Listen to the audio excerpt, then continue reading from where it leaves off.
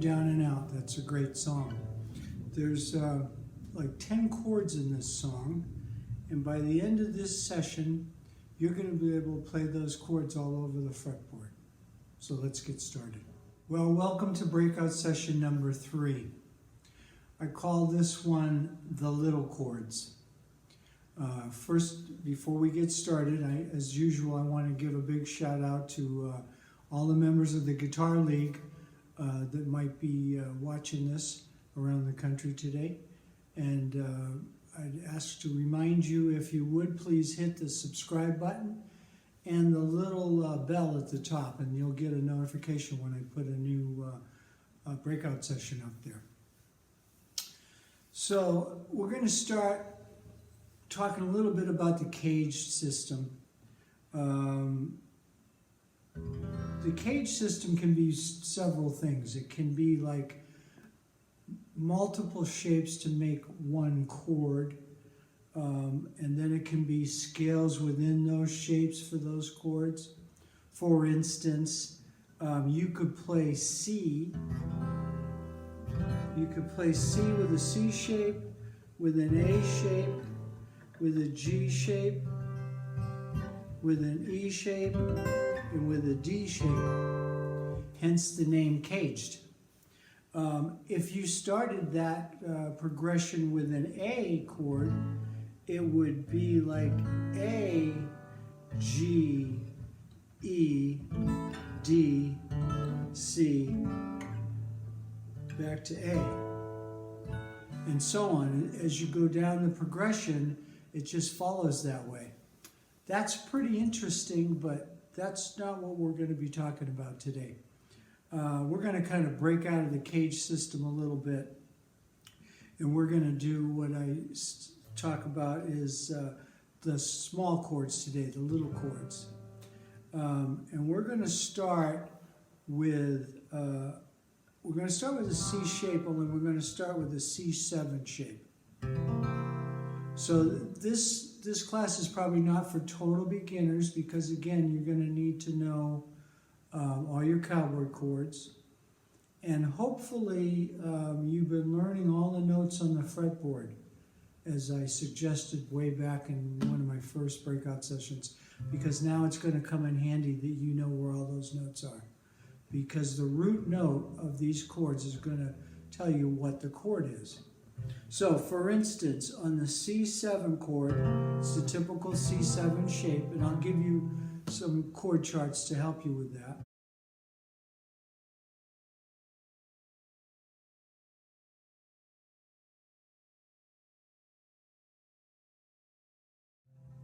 The root to this chord is going to be on the 5th string underneath your ring finger. And you can move this shape all the way up the neck. And so for instance, in the C7, when you're playing actually C7, you can strum all the strings, all 6 strings in C7, because there's a lot of C's and E's in there, so you'll be within the chord. But as you move up to C#7, for instance, you only want to hit the strings that you're fretting. So you're going to go C, C#, D, 7, E flat 7, E7. When you get to the E7, you can strum all 6 strings again, because again, you got an E on the top and the bottom, and you got an E7 in the middle. So you can strum all of those chords.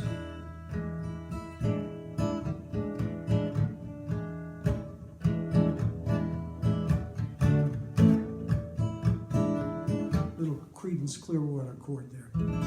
Okay, so then you're going up. You just move on up the line. You're going F, F sharp, G, G sharp, A, and then your hand's going to start running into the guitar. But if you have an electric guitar, you can go all the way up with that C-shaped chord.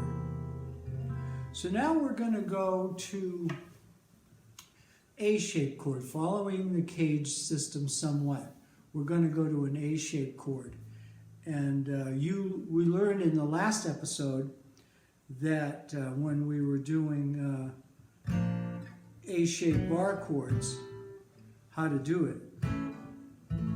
We were going to take the A chord, and normally the root to the A chord is on the 5th string. It's the A. Okay, but we're only going to play 3 notes on these little chords. Okay, and the reason we're doing this is because we learned how to play the big bar chords, the F chords and the B flats, and we learned all of those chords, and they're really good, especially if you're accompanying yourself, you're by yourself.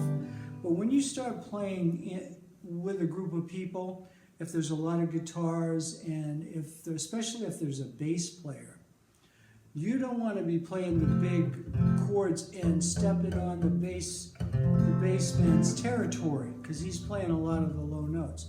So you should play something with a different voicing, little different voicings, and probably higher up the register so that it sounds good against the bass notes or the other guitar players playing the big chords. So we're going to play some 3-note chords. That's why we're calling them little chords. So back to the A. So normally the A root is on the 5th string. But because we're not playing the 5th string, we're only playing the 3 notes that we're fretting in A. 1, 2, 3. And the root is going to be on the G string in this scenario. Okay? It's on the G string. And this little 3-note chord, as you remember it, you only need 3 notes to make a chord, a major chord. So you need a root, a 5th, and a 3rd, a root, a 3rd, and a 5th. So that's what we have here in these little 3-note chords. So again, we only want to play, in this scenario, the strings that we're fretting. Okay, but these are complete chords, and they'll sound good against somebody else playing the full chords. Okay, and they progress all the way up the neck, starting with A, B flat, B, C, C sharp, D, E flat, E, F, F sharp, and G, and so on back to A. Okay, so we're only playing those 3 notes, but as I said, if somebody else is playing the full chords, these will sound really good. Another thing that we can do, we can add a 3rd to this chord by adding our finger to the 5th string 2 frets up from the A. It makes it a richer chord. Now it's a 4-note chord rather than the 3-note chord. But, like for instance, if we come up here to E, this chord is a kind of a Jimi Hendrixy chord. It's one that he used a lot. So it could be a 3-note chord, it could be a 4-note chord, and the other thing it could be, going back to A, if you put a finger 1 fret up on the high string, you're making that a 7th chord. So now that's A7. And again, these chords move all the way up. Like for instance, now we're up like about the 5th fret, and we have a C7 here.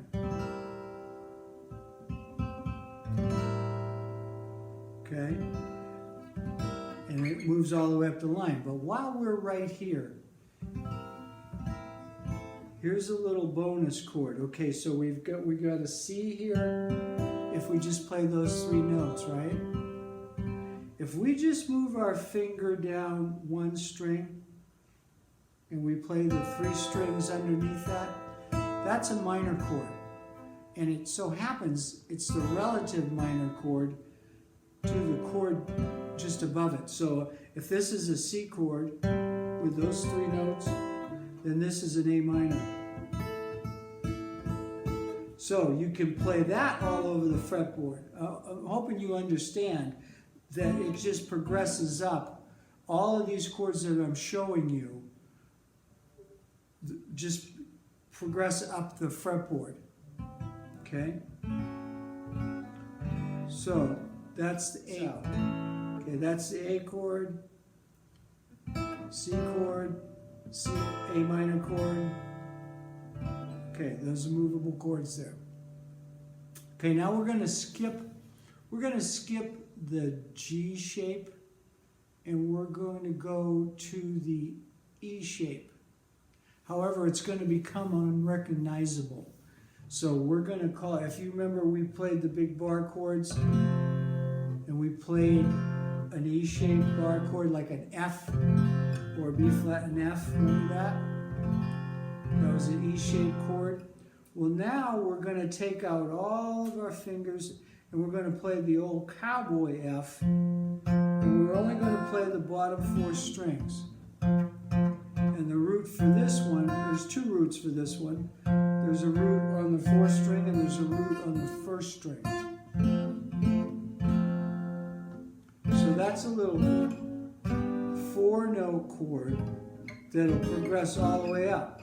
You know, F, G, A, and all the way up the line. Okay, so that's another great little chord. Okay, now we're going to go to the D family. So in the D family, again, we were only playing 3 notes of a D. So the root for a D normally would be on the 4th string. But we're not playing the 4th string. We're only going to play the bottom 3 strings on these little movable chords.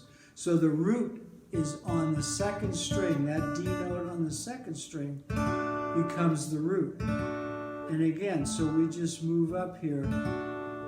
D, E flat, E, F, F sharp, G, G sharp, A, E flat, B, C, and so on. Okay? That's the D-shaped movable chord. And again, you're just hitting the 3 strings that you're fretting. Also in the D family, you know how to play a D minor. That shape of those 3 strings, you could move that all the way up the fretboard too. People don't do that much, I don't think, because we had those other little minor chords that we learned a minute ago. Okay? So like a D minor would be here with the little 3 one. Like, yeah. So it can be done though. It can be moved all the way up. And then sticking with the D family, you know how to play a D7, I hope. Okay, you got a D. And you know the root notes, where I showed the root notes on the 2nd string on the D. And then the D7 is 1 fret up in front of it with the D7 shape. This is a great little chord. However, it doesn't have a root, because normally that would be the D string. Okay, so it doesn't have a root. You just have to know that if this is a D chord, then this is a D7. So if this is a C, this is a C7. This little chord is a nice little 7 chord and it's movable.